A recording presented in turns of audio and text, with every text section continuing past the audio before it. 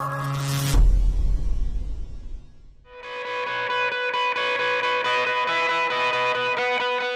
I'm Jonathan Webb from Techno V8 Supercar Driver. We're here today at Calder Park working with Bridgestone to release the new Adrenaline RE003.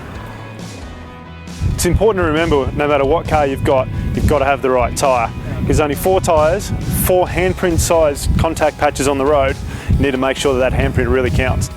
You can't control road situations, you can't control the weather, but you can control the safety equipment they put on your car. So it's very important to look at a tyre like the Bridgestone RE003 to keep you and your family safe. So always with this sort of tyre for your road car driving, make sure that you work on the placard tyre pressures, get that accurate. But again, this tyre is a brilliant track tyre as well, so we want to make sure we optimise that for when you are on the track. For the majority of that, you work between 2 and 4 psi above your placard pressure, get out, enjoy the track day, have a lot of fun. But don't forget to carry a tyre pressure gauge with you on the way home. Make sure you reduce back that 2 to 4 psi that you added during the morning to make sure that you maximise your road driving.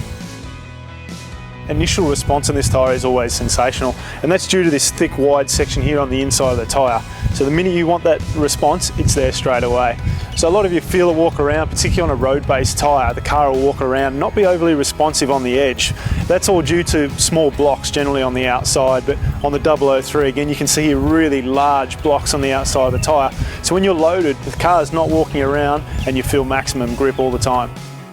One thing is to make sure you've got the right tyre. The next is to obviously make sure you control the condition of that tyre. Make sure it doesn't wear down too low. Make sure you really control your tyre pressures. So in those emergency situations, the tyre is working at its optimal. If you're unsure about it, hopefully stop into your local Bridgestone store and they'll give you a recommendation.